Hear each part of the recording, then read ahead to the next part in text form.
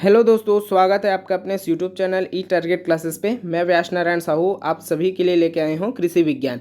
और ये हमारा लेक्चर 3 है जिसमें आज हम भारत के कृषि प्रदेश के बारे में डिस्कस करने वाले हैं। तो वीडियो में अंत तक बने रहिए और हमारे चैनल ई टारगेट क्लासेस को सब्सक्राइब कर दीजिए। साथ ही साथ बेल आइकन को भी क्लिक कर दीजिए दोस्तों, ताकि हम जितना भी वीडियो बनाए वो आप तक जल्दी से जल्दी पहुँच सके। तो चलिए स्टार्ट करते हैं हमारा भारत में कृषि प्रदेश। तो जो कृषि प्रदेश, सबसे पहले जानते हैं कृषि प्रदेश क्या होता है। तो कृषि प्रदेश का जो तात्पर्य है उस विस्तृत क्षेत्र से है जहां कृषि संबंधी दशाएं हैं, विशेष रूप से फसलों के प्रकार, उसके उत्पादन की विधियां, इन सभी में जब समानता पाई जाती है तो उसको सम्मिलित रूप से ही कृषि प्रदेश का नाम दे दिया जाता है। बहुत सारे कृषि वैज्ञानिक हुए हैं जिन्होंने क्या किया है कि भारत को कृषि प्रदेश में बांटने का बहुत प्रयास किया है, जिसमें रंधावा नाम के एक कृषि वैज्ञानिक हुए हैं जिनका जो वर्गीकरण है वो काफ़ी मान्य माना जाता है। तो इनके अनुसार भारत को कृषि प्रदेशों में 5 भागों में डिवाइड किया गया है। सबसे पहले है शीतोष्ण हिमालय, दूसरा है उत्तरी शुष्क, तीसरा है पूर्वी आर्द्र, चौथा है पश्चिमी आर्द्र और पांचवा है दक्षिणी प्रदेश। तो दोस्तों आज हम ये पाँचों के बारे में डिस्कस करने वाले हैं। तो पहला हम लेते हैं, हमारा पहला जो टॉपिक है वो देखते हैं हमारा। सबसे पहले देखते हैं शीतोष्ण हिमालय प्रदेश। तो जलवायु विविधता के कारण और वहाँ जो उत्पादन होने वाली फसल, इसके अनुसार इस शीतोष्ण हिमालय को पुनः 2 भागों में डिवाइड किया गया है। सबसे पहले है पूर्वी हिमालय और दूसरा आता है हमारा पश्चिमी हिमालय। तो जो पूर्वी हिमालय की विशेषताएं देखते हैं, इसका जो सबसे पहले विशेषता है कि यहाँ की जो फसलें होती है वो आर्द्र होती है। यहाँ की जो वर्षा होती है वो 250 सेंटीमीटर होती है या उससे भी अधिक वर्षा होती है। देखिए, वर्षा जो होती है यहाँ सर्वाधिक वर्षा होती है। इसमें जो सम्मिलित क्षेत्र है वो ऊपरी असम है, सिक्किम है, मिश्मी पहाड़ियाँ हैं, ये सारे के सारे जो पूर्वी हिमालय के पार्ट है वो सभी इस भाग में सम्मिलित है। और इस प्रदेश की जो मुख्य खेती है वो देख लेते हैं। तो इसमें जो खेती है मुख्यतः पर्वतीय ढालों में चाय की खेती की जाती है। पर्वतीय ढालों में चाय की खेती और निम्न भूमि पर चावल की खेती की जाती है। निम्न क्षेत्र पर चावल की खेती और पर्वतीय या उच्च भूमि पर किसकी खेती की जाती है? चाय की खेती की जाती है। ध्यान में रखिए दोस्तों। नेक्स्ट भाग है इसमें पश्चिमी हिमालय प्रदेश। तो पश्चिमी हिमालय प्रदेश में क्या होता है, ये अपेक्षाकृत शुष्क होता है। मतलब जो पूर्वी हिमालय है वो आर्द्र होता है, तो ये पश्चिमी हिमालय वो अपेक्षाकृत शुष्क होता है। इसमें सम्मिलित क्षेत्र देख लेते हैं, जैसे कुल्लू, कांगड़ा, कश्मीर की जो घाटियाँ वो गढ़वाल है, कुमायूं है, शिमला की जो पहाड़ियाँ हैं, ये सभी जो है पश्चिमी हिमालय का भाग है। और ये सभी जो भाग है ये इसमें सम्मिलित है। तो इसमें देख लेते हैं कि खेती कैसे होती है। उच्च क्षेत्रों में सेब, बादाम, अखरोट का जो खेती होता है वो किया जाता है। मतलब फल का खेती, जो फलों की खेती होती है वो उच्च क्षेत्रों में की जाती है। और निम्न क्षेत्रों में मक्का, चावल, आलू, ये सब की खेती की जाती है। तो इम्पोर्टेंट है। नेक्स्ट है हमारा दूसरा जो टॉपिक है ये उत्तरी शुष्क प्रदेश। उत्तरी शुष्क प्रदेश के बारे में देखते हैं। तो यहाँ की जो इस जो प्रदेश में है वो 75 सेंटीमीटर या इससे कम वर्षा होती है। 75 सेंटीमीटर या इससे कम वर्षा होती है। मृदा जो होती है बलुई और जलोढ़ मिट्टी पाई जाती है। जलोढ़ मिट्टी जिसके बारे में हम पहले भी डिस्कस कर चुके हैं, जिसमें जो उर्वरता शक्ति है वो बहुत ज़्यादा पाई जाती है, या ये मिट्टी जो है सबसे उपजाऊ मिट्टी है।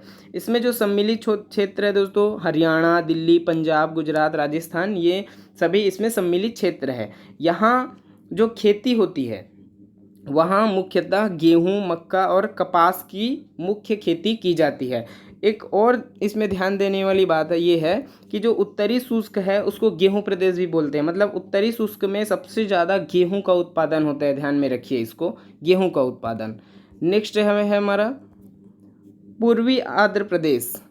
पूर्वी आंध्र प्रदेश, इससे पहले देख लेते हैं जिन क्षेत्रों में सिंचाई का साधन विकसित होता है वहाँ गन्ना, चावल, इसका भी उत्पादन किया जाता है। ये सब हमारा उत्तरी शुष्क का भाग है। नेक्स्ट है हमारा पूर्वी आंध्र प्रदेश। तो यहाँ जो वर्षा है 150 सेंटीमीटर या इससे अधिक भी वर्षा होती है। और इस क्षेत्र में जो सम्मिलित एरिया है उसके बारे में देख लेते हैं।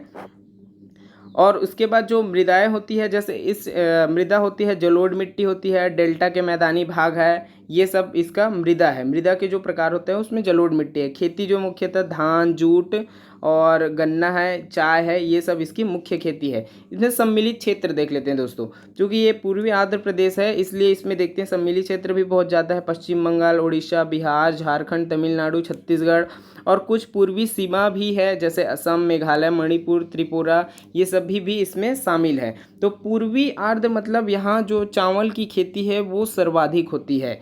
पूर्वी आर्द्र में चावल की खेती के लिए ये बहुत फेमस है, मतलब पूर्वी आर्द्र चावल।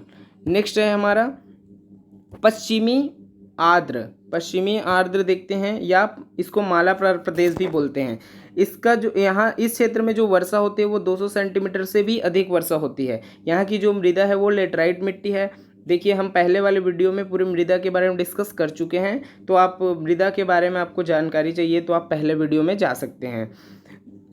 खेती जो है चावल की खेती यहाँ प्रमुख है। इसके अलावा नारियल, रबर, इलायची, काली मिर्च ये सब की भी खेती की जाती है। इसका जो सम्मिलित एरिया है वो है केरल, कर्नाटक है। क्योंकि ये मालाबार प्रदेश इसीलिए इसको बोला जाता है क्योंकि दोस्तों ये केरल, कर्नाटक ये आसपास के क्षेत्रों से संबंधित होता है। यहाँ की जो प्रमुख खाद्यान्न फसल है वो है इस चावल ही है। यहाँ भी चावल मुख्य खाद्यान्न फसल है, ध्यान में रखिए। इसके बाद हमारा जो लास्ट पॉइंट है इसमें का वो देख लेते हैं दक्षिणी प्रदेश या मोटे अनाजों का प्रदेश। तो जो दक्षिण प्रदेश है इसमें 50 सेंटीमीटर या से 100 सेंटीमीटर तक वर्षा प्राप्त होती है या वर्षा होती है। यहाँ की जो मृदा है वो लाल व काली मिट्टी पाई जाती है। और काली मिट्टी की विशेषता ये है कि यहाँ ये जो कपास के लिए बहुत उपयुक्त मानी जाती है। खेती है इसमें बाजरा, कपास, रागी, मूंगफली, तंबाकू ये सब की खेती की जाती है। इसके अलावा यहाँ जो अन्य रस भरे फल है उसका भी उत्पादन किया जाता है। ये इंपॉर्टेंट पॉइंट है दोस्तों, इसको ध्यान में रखिए। जो रस भरे फल है वो दक्षिण प्रदेश में ही उत्पादन किया जाता है। मोटे अनाज इस क्षेत्र में अधिकांश जनसंख्या प्रमुख भोजन के रूप में प्राप्त करते हैं। अब दक्षिण प्रदेश में जाइए तो वहाँ की जो अधिकांश जनसंख्या वो मुख्य रूप से मोटे अनाज का ही सेवन करते हैं। इसमें जो सम्मिलित क्षेत्र है वो आंध्र प्रदेश है, पश्चिमी तमिलनाडु है, पूर्वी कर्नाटक है, ये सभी इसमें सम्मिलित है।